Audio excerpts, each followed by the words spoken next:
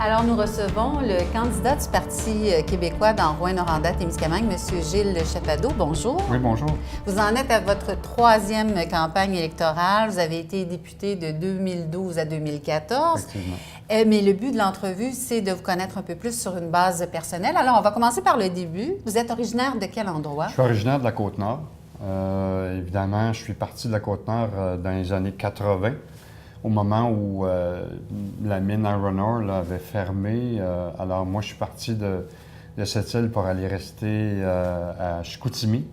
Alors j'ai été là pendant quelques années. Par la suite, je suis demeuré à Québec où j'étais permanent syndical parce que moi, je venais du secteur des postes.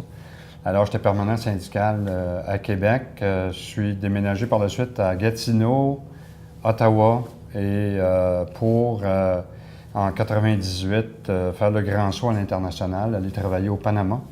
Alors, j'étais responsable du secteur des Amériques pour le secteur des postes, des télécoms. Et qu'est-ce qui vous a amené dans la région? En 2005, mon contrat s'est terminé et ma mère était malade à ce moment-là. Alors, j'ai décidé de revenir au Québec en 2005. Et Henri Massé, qui était président de la centrale syndicale, qui était un gars de la Sarre, que j'avais connu au Québec, mais que j'avais connu aussi dans les relations internationales. Alors lui, nous visitait à l'international pour les secteurs qu'il représentait dans notre organisation. Et à ce moment-là, quand je suis revenu au Québec, de toute façon, je revenais au Québec régulièrement. Et j'avais toujours l'habitude de passer par Montréal, par la centrale, et aller voir Henri Massé, puis là, lui faire part des enjeux qu'on avait au niveau de la mondialisation du commerce et tout ça. Et à ce moment-là, je suis allé le voir, une visite de courtoisie, en lui disant, mon contrat est terminé. Alors, il m'a dit, à ce moment-là, envoie-moi ton CV, c'est intéressant. Et pour me rappeler par la suite, il m'a dit, j'ai juste un poste de libre et c'est à Rouyn-Noranda, c'est pour l'Abitibi-Témiscamingue et le nord du Québec. Alors moi, j'ai dit, oui, je viens d'une région, pourquoi pas? Alors, j'ai décidé en 2005 de m'en venir avec ma conjointe et de m'établir à Rouyn-Noranda. Et si je vous demandais, M. Chapado, de vous décrire, vous me diriez quoi? Je pense que je suis un gars tenace. En même temps, je suis pas mal impatient. Alors, les gens qui m'entourent le savent, je suis capable de... Je veux réussir. Quand on s'engage, mon engagement est de réussir. Alors, ça a toujours été un peu les points là, qui m'ont caractérisé, c'est-à-dire la ténacité. Dans ce que j'ai comme parcours, ça n'a jamais été facile. Ça a toujours été une bataille. Je l'ai toujours mené, mais en même temps, un petit côté impatient là, qu'il faut qu'il soit corrigé à l'occasion, puis que l'entourage s'organise pour le corriger. Qu'est-ce que vous avez comme formation? Moi, en fait, ce que j'ai fait, c'est vraiment une formation au niveau syndical. Alors, j'ai pris différentes formations parce que j'ai commencé à travailler très jeune. Mon père était décédé, alors j'ai commencé à travailler très jeune. Et puis, je me suis impliqué dans le monde syndical et c'est là que j'ai pris des formations de plaideur au niveau du droit des affaires. Donc, des formations ponctuelles pour améliorer mes connaissances générales et personnelles. Et j'ai toujours eu, évidemment, négocier des conventions collectives, plaider des causes en arbitrage, toucher un peu de tout. Sans nécessairement obtenir un certificat comme tel, mais une gamme de connaissances là, où j'avais besoin de parfaire mes connaissances justement pour améliorer mes conditions personnelles, ma carrière. Et c'est ce que j'ai fait tout au long de ma carrière depuis 1978 jusqu'à maintenant là, que j'évolue dans le monde syndical au niveau national, au niveau régional, national et international. Et 2 ans en politique et par la suite revenir dans le monde syndical. Bien, on va en parler justement, 2 ans en politique. Qu'est-ce qui vous a amené en politique et qu'est-ce qui fait que vous reveniez en politique? Parce que c'est votre 3e campagne. Les 2 mêmes raisons. La conviction profonde que je suis capable, moi, par ma présence, par mes convictions, par mes valeurs, d'améliorer les conditions de vie de mes concitoyens et de mes concitoyennes.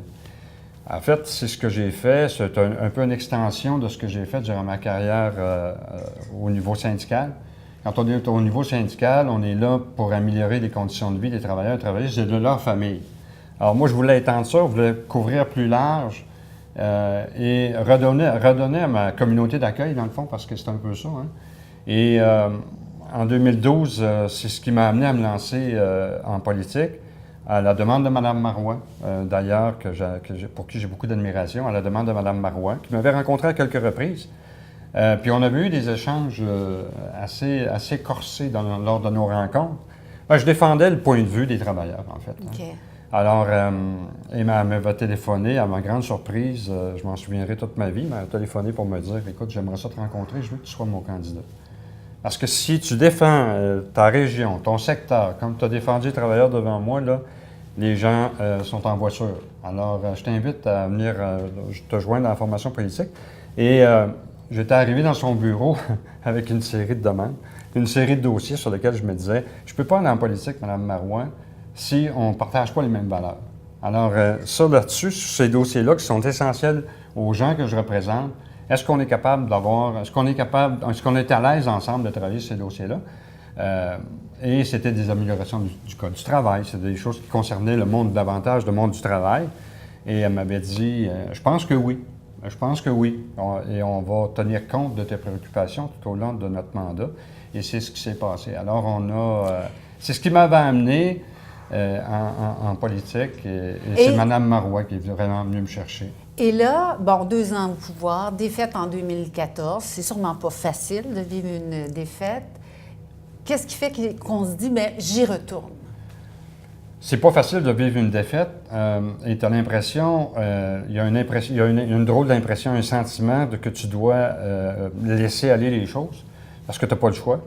Alors, ça a été, je le dis, là, ça a été pas difficile, très difficile. Okay. Extrêmement difficile parce que pour moi, c'était des dossiers que je menais avec du monde. En arrière de ces dossiers-là, il y a des gens, il y a des rêves comme député que tu souhaites accompagner. Et ça a été un moment difficile. L'année qui a suivi n'a pas été facile sur le plan personnel. Puis je comprends maintenant d'autres députés, des gens qui ont vécu la même situation, parce que je suis convaincu que dans tous les partis politiques, il y a des gens qui sont là par conviction et puis ils mettent tout le cœur au travail pour bien représenter leurs concitoyens. Alors, c'est vrai que la défaite en 2014 n'a pas été facile, mais la motivation a toujours été là et les mêmes convictions profondes sont là que je suis la meilleure personne par mon expérience, par mon bagage, par ce que j'ai dans le cœur puis dans les tripes, parce qu'à un moment donné, Claire Bolduc était venue faire une conférence à la FTQ, elle disait « Il faudrait arrêter d'élire des gens en fonction de leur CV, mais plutôt pour ce qu'ils ont dans le cœur. » Alors moi, j'avais retenu ça parce que je pense que c'est vrai. Vous êtes un homme de conviction et de cœur. Un homme de conviction et de cœur, et c'est mon monde, et j'ai toujours défendu dans le monde du travail mon monde. Alors je parle, quand je parle des gens de l'Abitibi-Témiscamingue ou quand je parle des gens de la circonscription, je parle de mon monde. C'est un petit peu une entrevue comme une entrevue d'embauche qu'on fait aujourd'hui. Alors, on va poser des questions qu'on pose en entrevue d'embauche. Si je vous demandais, c'est quoi votre principale qualité? Bien, je l'ai dit tantôt un peu, la ténacité. Je suis un gars rigoureux. Je suis un gars qui veut que les choses soient bien faites. Alors... Principal défaut, vous parliez d'impatience tantôt, c'est oui, ça? Je pense que oui. Des choses qui sont à corriger. On n'obtient pas toujours ce qu'on veut comme on voudrait, à la vitesse qu'on voudrait, mais finalement, c'est la ténacité qui fait en sorte que tu l'obtiens.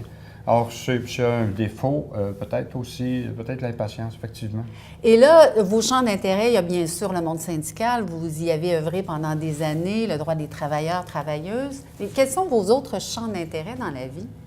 Bien, j'ai découvert, par exemple, au niveau du sport puis du loisir, la marche. Je suis allé faire Via Francigena, qui est l'équivalent de Compostelle en Italie. Je l'ai fait seul. J'ai marché 450 km en 18 jours. Et de 2014, s'il y a quelque chose qui a été, parce qu'il faut voir les choses positives, là, s'il y a quelque chose qui a été intéressant, ça a été, il y a eu des décisions de ma part de changer un certain nombre d'affaires. Par exemple, d'adopter des saines habitudes de vie. Et depuis, les gens remarqueront sans doute sur les affiches, ils se souviendront des affiches de 2012 Vous puis avez 2014. perdu beaucoup de poids. J'ai perdu 100 livres au total. Alors, adopter des saines habitudes de vie parce que je pense que c'est important d'être des modèles pour les gens qu'on souhaite représenter. Et on en parle beaucoup d'adopter des saines habitudes de vie. Alors, c'est ce que vous l'avez fait. Je l'ai fait. Je suis très heureux aussi. Je suis très heureux de l'avoir fait parce que je me sens en meilleure forme, en meilleure santé. Et j'ai adopté, finalement, j'ai pris le temps d'avoir des loisirs, parce que j'ai jamais eu beaucoup de temps d'avoir des loisirs. Moi, j'ai toujours été un bourreau de travail. Alors là, vous prenez soin de vous. En 2014, avec une fille, j'ai une fille de 5 ans maintenant. Alors, en 2014, à la défaite électorale, là, elle avait 2 ans. Alors, je me suis occupé de ma fille et j'ai adopté avec elle des saines habitudes de vie. On a fait ça en famille, puis on a fait beaucoup de choses ensemble en famille. Alors, j'ai pris le soin de m'occuper d'elle. Monsieur Chapado, quels sont vos principaux engagements envers les Témiscamiens, les Témiscamiennes, si vous êtes élu? Si je vous disais qu'il y en a un, là, puis que je suis convaincu de pouvoir le respecter, c'est être un député accessible, à l'écoute et compétent. Ça, j'ai fait la preuve ça a été un court laps de temps, mais il a été intense. Et ma relation avec les gens du Témiscamingue a toujours été bonne. Et je le vois sur le terrain là, par les témoignages qui me sont faits maintenant, mais les témoignages qui m'étaient faits à l'époque aussi, après ma défaite électorale et au moment où j'étais en réflexion à savoir si j'allais revenir en politique, les témoignages étaient par les gens du Témiscamingue particulièrement chaleureux. Alors, ma principal engagement, là, et là, tout le reste là, des problématiques, là, on aura de l'occasion d'en parler, mais d'être un député accessible, à l'écoute et compétent, puis présent. Alors, c'est ce que les gens, c'est ce que j'ai compris qu'il y avait besoin parce que on peut présenter des grands engagements, mais encore faut-il qu'on soit capable de faire respecter le modèle de développement que les gens du Témiscamingue souhaitent mettre de l'avant. En terminant, pourquoi on devrait voter le 1er octobre pour Gilles Chapado? Parce que je pense que, pour ce que je viens de vous dire, l'accessibilité, la compétence et les connaissances que j'ai accumulées au cours des 30 dernières années, des 2 années où j'ai été député. Alors moi, je n'ai pas besoin de programme de formation. Je suis prêt à opérer demain matin là, comme député. Je connais bien l'État. J'ai été présent sur le territoire par mes fonctions syndicales, mais aussi par mes fonctions au niveau du Fonds de solidarité de la FTQ. Alors, j'étais très présent sur le territoire. Je connais les enjeux et je suis à l'écoute et serai disponible non seulement durant la campagne électorale, mais après la campagne électorale, parce que pour moi, la démocratie, ça se passe aussi entre les 2 campagnes électorales. Les gens doivent avoir un député accessible avec lequel ils vont pouvoir échanger et faire valoir leur point de vue. Bien, merci infiniment, M. Chapado, de nous avoir accordé ces quelques minutes. Ça me fait plaisir.